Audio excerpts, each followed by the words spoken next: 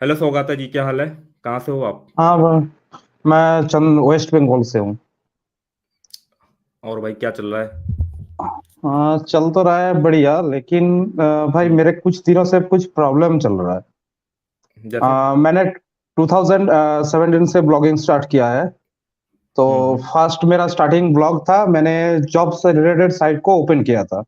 मैं पहले हम्म। Government service करता था, प्राइमरी जॉब। हम्म। तो आप तो जानते ही है, गवर्नमेंट जॉब में जो सैलरी मिलता है उससे मतलब तब मैंने अनमेरिड था। तो मेरा तब अच्छा इनकम नहीं था, तो इस वजह से मैंने सर्च किया था कि एक्स्ट्रा इनकम के लिए। तो मैंने जॉब हम्म। वेबसाइट स्टार्ट किया था, तो उस पे तो मुझे सक्सेस नहीं मिला। लेकिन तभी हम्म। मुझे कुछ जॉब वेबसाइट एनालिसिस करने से मुझे एक टॉपिक मिल गया था जो मुझे लिए बहुत ही बढ़िया काम कर रहा था। हम्म। वो था, वो नीच भी मैं आप लोगों को बता देता हूँ, व्हाट्सएप ग्रुप रिलेटेड। जो हम्म। व्हाट्सएप पे ग्रुप होता था ना, तब पहले व्हाट्सएप का हम्म। इतना ज्यादा रिस्ट्रिक्शन नहीं था। आप अनलिमिटेड हम्म। ग्रुप में ज्वाइन हो सकते थे। तो मैंने तब किया था, तो अब मेरा पहला पेमेंट था $200 के आसपास। लेकिन मेरे अच्छा। कुछ गलती की वजह से वो मेरा 200 चला गया। अच्छा। तो फिर मैंने मैंने व्हाट्सएप ग्रुप के ऊपर फिर से कस्टम डोमेन, तब मैंने blogspot.com से स्टार्ट किया था। फिर मैंने वो हम्म। कस्टम डोमेन पे बनाया, वहां पर मुझे थोड़ा बहुत सक्सेस मिला। तो फिर ऐसा करते करते मैंने एक और अच्छा ब्लॉग बनाया था जिसपे मेरा मिलियंस के आसपास ट्रैफिक चला गया था। लेकिन हम्म। वहां पर भी मेरे गलती, मतलब जो आपका एक मतलब सब्सक्राइबर आपने लाइव लिया था, तो उन्होंने भी बताया था कि जो आपका जो एडवर्टाइजमेंट आप दिखाते हैं, जब आप कोई मतलब कहाँ पर ऑटो एड्स के अलावा मैनुअल एड्स लगाते हैं, तो वहां पर एडवर्टाइजमेंट लिखना पड़ता है। हम्म। तो मैंने जितना भी लगाया था, वहां पर मैंने एडवर्टाइजमेंट नहीं लिखा था, इसी वजह से मेरा एक साथ 3 एडसेंस उड़ गया था। अच्छा। हम्म। तो मैंने वो साइट को रिमूव नहीं किया था, लेकिन उस साइट में मैंने काम कर रहा था। फिर मैंने एक ऐसा टॉपिक मिल गया था मुझे जो मोबाइल से रिलेटेड है। लेकिन उस हम्म। टॉपिक में क्या है कि मैंने स्पेसिफिक एक एप्लीकेशन के ऊपर काम कर रहा हूँ। तो हम्म। मेरे अभी उस पे 5 लाख से ज्यादा का ट्रैफिक है। अच्छा, मंथली की पर डे? नहीं, मंथली। अच्छा। तो अभी मेरा धीरे धीरे बढ़ रहा है, लेकिन मार्च नहीं, फरवरी के लास्ट वीक में से मेरा $1400 का इनकम हुआ था टोटल।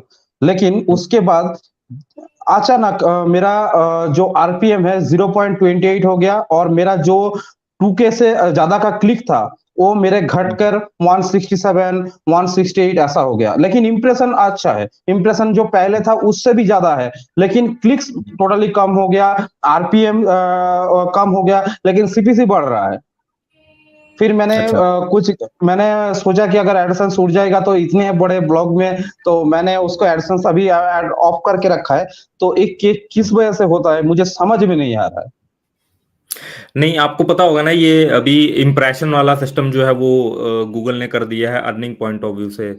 उसका भी हम्म। इफेक्ट जो है हो सकता है। कि पहले क्या था कि जो गूगल एडसेंस पेमेंट देता था वो सीपीसी के हिसाब से देता था ना। बट हाँ। अभी जो पेमेंट आपकी आ रही है वो सीपीएम के बेसिस पर बन रही है, सीपीएम की बिट ज्यादा वगैरह हो रही है, क्लिक्स वगैरह कम हो रहे हैं। तो उसकी वजह से भी ये चीज हो सकती है। कुछ ऑब्जर्व करा है आपको? आपका जैसे ब्लॉग है तो आपने देखा होगा ना कि क्या मतलब कि क्या चीज में चेंज हुआ है। देखिए भाई, मेरे जो और भी कॉम्पिटिटर है, उनका हम्म। एक ब्लॉग है, उन्होंने एडीएक्स का यूज किया है, लेकिन मैंने कुछ गलती किया था, इसी वजह से मेरा एडीएक्स का अप्रूवल नहीं मिल रहा है। मैंने पहले ही एडसेंस बनाकर उसे एजवाइक से अप्रूवल के लिए भेज दिया था। तो मेरा हम्म। वो हम्म। एजवाइक में अप्रूवल नहीं हुआ, तो एडीएक्स मेरा टोटली वहां पर क्लोज हो गया। हम्म। तो अभी तो मेरा एडीएक्स भी मैं अप्लाई नहीं कर रहा हूँ, लेकिन मेरा तो मैंने तो कोई गलती भी अभी तक नहीं किया है, लेकिन एक किस वजह से हो कितना रहा। ड्रॉप आ गया है अर्निंग में? कितना ड्रॉप आ गया है? मान लो कि फॉर एग्जांपल के लिए जनवरी में कितना ट्रैफिक आपका लगभग सेम ही होगा, तो ट्रैफिक अर्निंग में से क्या नहीं होगा। ड्रॉप आ रहा है? अर्निंग एक दिन का मैं आपको एग्जांपल देता हूँ। एक दिन का मेरा $50 से अब बन रहा था, वहां पर मेरा हम्म। $10 भी नहीं बन बन पा रहा है, बहुत ही मुश्किल से। अच्छा, और ट्रैफिक सेम है? ट्रैफिक सेम है, इंप्रेशन बढ़ गया है, लेकिन हम्म। हम्म। हम्म। इसके लिए पता है काम करना जा करके ना, उस पे जो आपका एडसेंस वाला हो ना, उस पे थोड़ा सा एक आता है, उसका नाम क्या बोलते हैं ना, वहां पर ना उससे थोड़ा आपको आइडिया लग जाएगा कि किस तरीके के एडवर्टाइजर जो है वो आपकी वेबसाइट को टारगेट कर रहे हैं। ठीक है ना? वो थोड़ा सा अच्छा। उसको जो है उसकी रिपोर्ट को जो है वो थोड़ा एनालाइज करने का ट्राई करना कि अभी के टाइम पर कौन कौन सी कंपनी क्या है, क्योंकि वो चीज आप देख सकते हो अपने एडसेंस में, वो चीज देख सकते हो कि कैसे एडवर्टाइजर जो है वो आपकी वेबसाइट पर एड वगैरह दे रहा है। तो हो सकता है कि पहले जो एड वगैरह आ रहे हो ना, वो मतलब कि ज़्यादा अमाउंट खर्च कर रहे हो, ज़्यादा पेमेंट दे रहे हो। अभी के एडवर्टाइज़र जो है वो हो सकता है कम टारगेट कर रहे हो, बट ऐसा फ्लक्चुएशन कभी-कभी हो जाता है। मेरी खुद की एक वेबसाइट पर क्या था कि पहले मतलब उस वेबसाइट पर क्या है, यू कनाडा वगैरह से जो है वो ट्रैफिक वगैरह आता था। तो वहाँ पर पहले 1000 व्यूज़ पर जो है वो $15 के आस-पास बन जाते थे। बट अभी मैं देख रहा हूँ ना कि 3 महीने से, लास्ट 3 महीने से उस पे जो है वो $5 के आस-पास बन रहे हैं। जबकि सेम वैसे ही ट्रैफिक आता है, सेम सारी चीज़ें हैं ना। तो ये चीज़ कभी-कभी हो जाती है, कई बार शॉर्ट टर्म हो जाती है, कई बार एडवर्टाइज़र जो है जिन्होंने आपकी वेबसाइट को टारगेट करा होता है ना, वो कई बार कम या ज़्यादा जो है वो हो जाते हैं। थोड़ा-सा इसमें जो है वो एनालाइज़ करना है कि अभी के टाइम पर कैसे एडवर्टाइज़र जो है वो चल रहे हैं। भाई अगर मैं कुछ दिन के लिए एड्स ऑफ जैसे मैंने अभी एड्स ऑफ रखा है, तो अगर मैं सपोज़ नेक्स्ट मंथ मैं उसको ऐड चालू करता हूँ, तो चांसेस है क्या वो ठीक होने नहीं का? तो ऐड आपने हटा दिए हैं क्या? हाँ, अभी मैंने एड्स ऑफ करके रखा है। क्यों क्यों कर दिए? ऐड्स क्यों ऑफ कर दिए? उससे क्या फ़र्क पड़ेगा? क्योंकि लेकिन मैंने सोचा कि इतना कम इनकम हो रहा है, तो अभी मैं एड्स ऑफ रखता हूँ। अगर कुछ वजह से एडसेंस का तो कोई पता नहीं है, कभी को उड़ा दे, कभी क्या कर दे। नहीं तो अगर ऐसा कुछ लग रहा है तो ऑटो एड्स तो ऑन रखो, कोई दिक्कत नहीं है। ऑटो ऐड तो और ऑटोमेटिकली मेरा वो देखेगा जहां रिलेवेंट लगेगा। भाई मेरा टोटली ऑटो एड से ऑन था। मेरा मैंने अच्छा। कोई भी आज आज तक मैंने जब से मैंने मैनुअल एड्स का जो एडवर्टाइजमेंट जो प्रॉब्लम हुआ था, उस वजह से मैंने कोई भी मैनुअल एड्स अभी तक नहीं लगाया। सिर्फ ऑटो एड्स के ऊपर काम करता हूँ। मेरा जो भी वेबसाइट है सब मैं ऑटो एड्स लगाता हूँ। तो आपका वेबसाइट क्या एपीके वाला वेबसाइट है क्या? हाँ, एक एपीके का मोबाइल से रिलेटेड ही है, लेकिन वो हम्म। एप्लीकेशन पहले प्ले स्टोर पे अवेलेबल था, लेकिन अभी वो अवेलेबल नहीं है।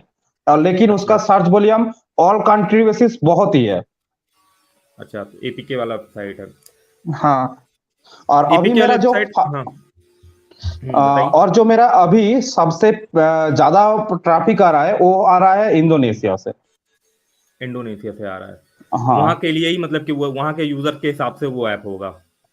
हाँ, वहाँ के लिए इंडिया के भी अगर बहुत सर्चेस है, बांग्लादेश, रसिया, ऐसे बहुत सारे कंट्री है जहाँ पर वो उसका बहुत ज़्यादा सर्च वॉल्यूम है।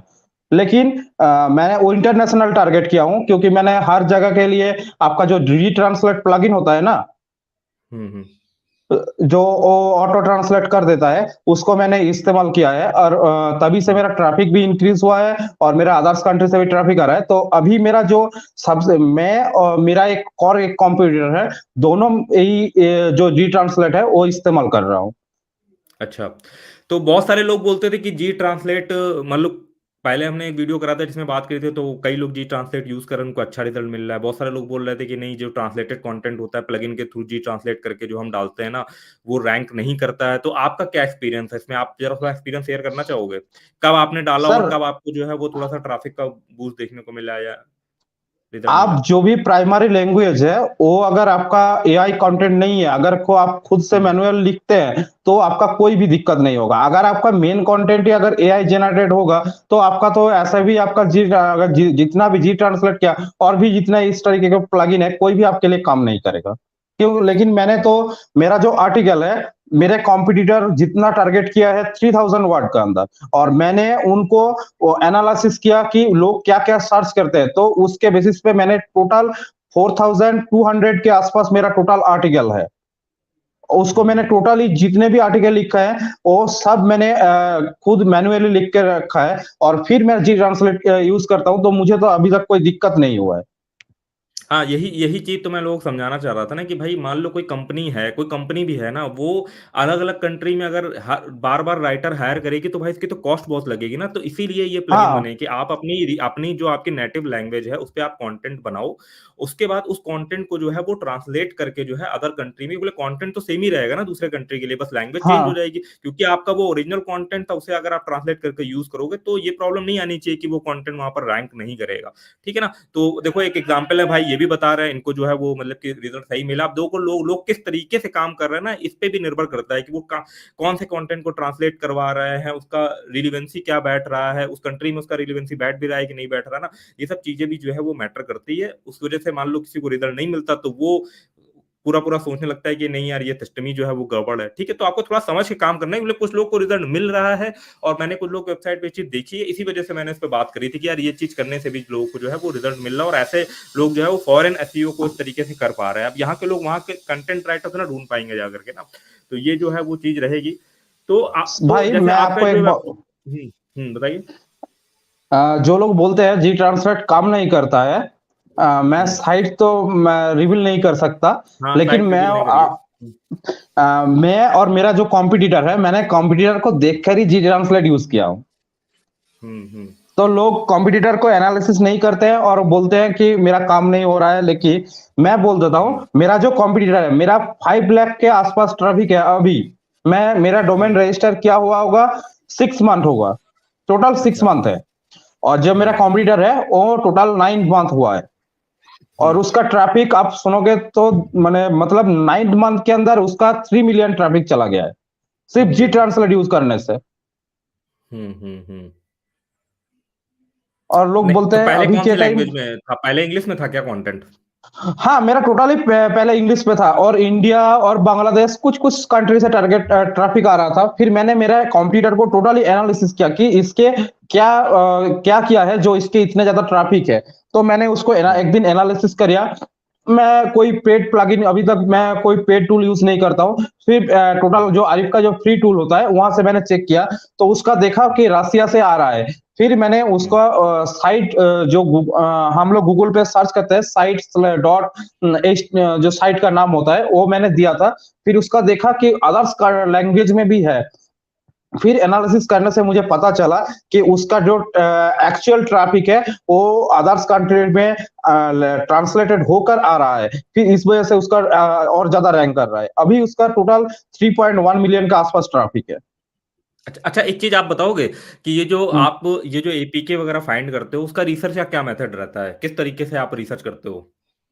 देखिए, मैं जब जैसे मैंने बोला था, मैंने व्हाट्सएप ग्रुप सर्च किया था, तो मेरे हम्म, और भी 2-3 फ्रेंड है, तो उन्होंने एक दिन मुझे मेरा एक दो फ्रेंड है खीरपाई के आसपास, मेरे यहाँ से बहुत दूर है, तो मेरे ब्लॉगिंग के पर्पज से ही उसका मेरा इंट्रोड्यूस हुआ था। तो फिर उन्होंने एक दिन मुझे बताया था, फिर मैंने उतना ज्यादा देखा नहीं। फिर जब मेरा मेन जो ब्लॉग था वो मेरा जब एडसेंस उड़ गया, तो मैंने उसके ऊपर टोटली उस एपीके के ऊपर सर्च किया। सर्च करने से मुझे पता चला कि इस कीवर्ड पर इंडिया से भी बहुत ज्यादा ट्रैफिक है। फिर ऐसा करते करते मैंने ब्लॉग बनाया। फिर अभी मैं क्या करता हूँ, जब देखा मेरा इंटरनेशनल ट्रैफिक आ रहा है, फिर मैं कुछ एपीके के ऊपर मैंने सर्च किया था। जैसे हम्म, मैं आपको कीवर्ड नहीं बता सकता, लेकिन एक कीवर्ड है हम्म, जिसके ऊपर इंडोनेशिया में, अभी तक इंडिया में बहुत सारे साइट बना हुआ है, लेकिन टोटल इंडोनेशिया के ऊपर उसके रिलेटेड कोई भी एक्चुअली हम लोग क्या करते हैं कि इंग्लिश की टारगेट करते हैं, लेकिन लोग ये नहीं करते हैं कि जैसे ब्राजील ब्राजील में वो लोग ब्राजील लैंग्वेज जो होता है उसके ऊपर एक प्रेफर वेबसाइट बनाने के लिए वो लोग कोशिश नहीं करते हैं, क्योंकि वो लोग सोचते हैं कि एडसेंस नहीं मिलेगा, रैंक नहीं करेगा। लेकिन उस कीवर्ड के ऊपर इंडोनेशिया में 40,000 से भी ज्यादा सर्चेस है। हम्म। वहां पर कोई टारगेट नहीं किया है। इसी वजह से मैंने उस वहां पर एक टोटल ब्लॉग बनाया है, अभी 1 मंथ ही हुआ है, अभी मैंने उसको बनाया है। तो मेरा अभी तक टोटल 5K से ज्यादा का ट्रैफिक मुझे 1 मंथ के अंदर मिल गया है। हम्म। अभी मेरा थोड़ा सा नीचे है, क्योंकि अभी मैंने 1 मंथ ही साइट को बनाया है। जितना ज्यादा टाइम होगा वो धीरे धीरे ग्रो होगा।